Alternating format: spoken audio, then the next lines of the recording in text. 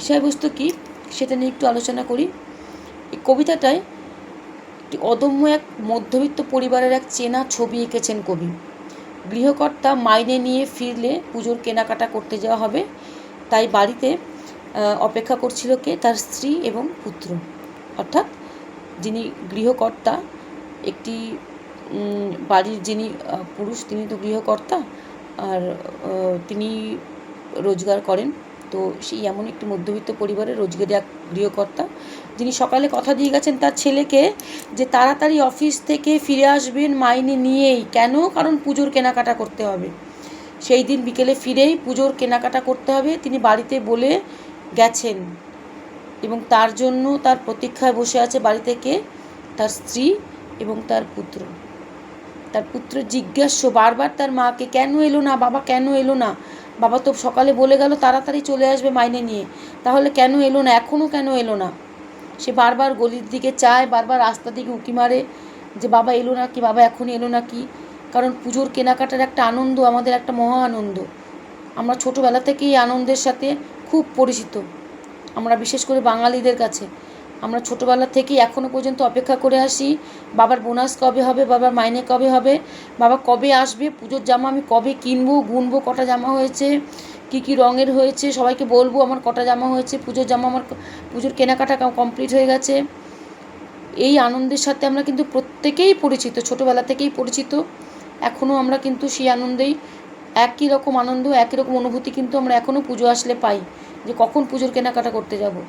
ঠিক এই কবিতাটির মতন, এই কবিতাটিতেও তাই। বাচ্চা ছেলেটি সে সকাল থেকে অপেক্ষা করতে করতে সন্ধ্যা হয়ে গেছে, রাস্তায় লাইট আলো জ্বলে গেছে, অন্ধকার ঘনিয়ে আসছে আরও বেশি করে, কিন্তু বাবা এখনও আসেনি।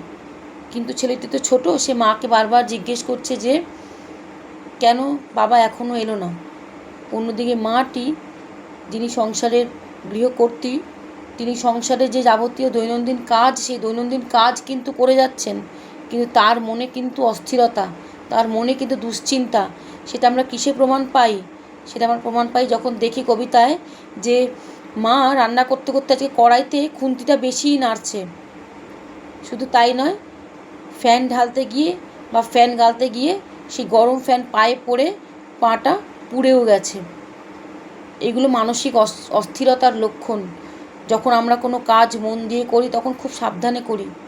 যখনই আমরা অসাবধান হয়ে যাই, মনে অন্য কোনো চিন্তা থাকে, সেই চিন্তা দুশ্চিন্তা করতে করতে কোনো কাজ করি, তখন আমাদের কাজে ভুল হয়ে যায়। তখন আমরা ছ্যাঁকা খাই, তেল ছিটে আসে, এই কাজের জায়গায় ওই কাজ, এখানে রাখার জায়গায় সেখানে রেখে ফেলি।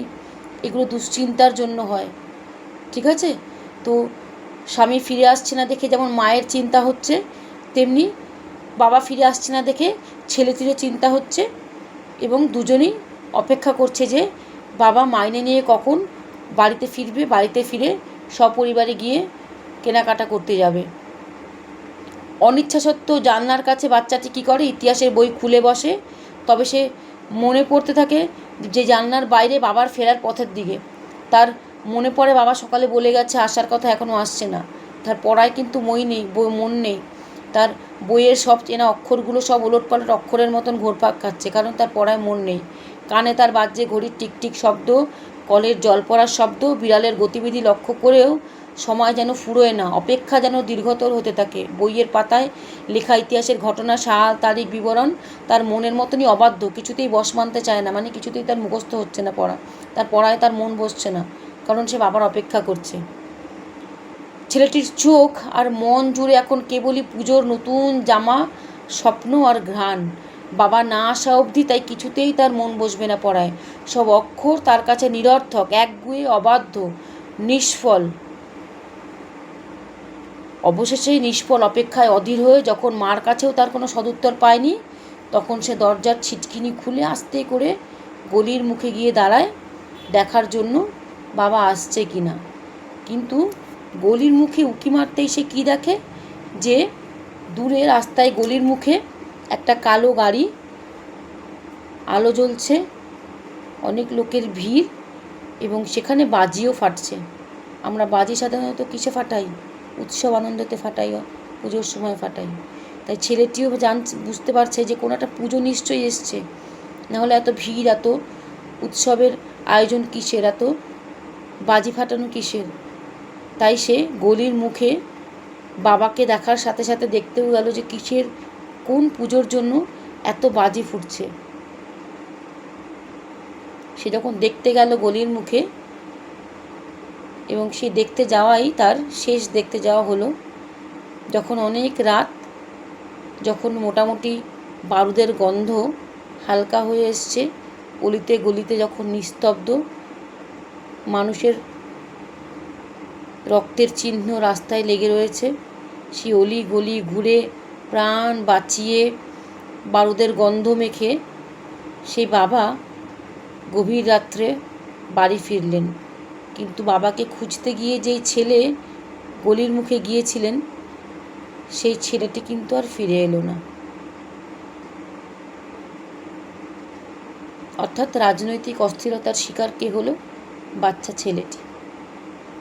ঠিক আছে, রাজনৈতিক যে প্রতিহিংসা, তার মাসুল কে দিল?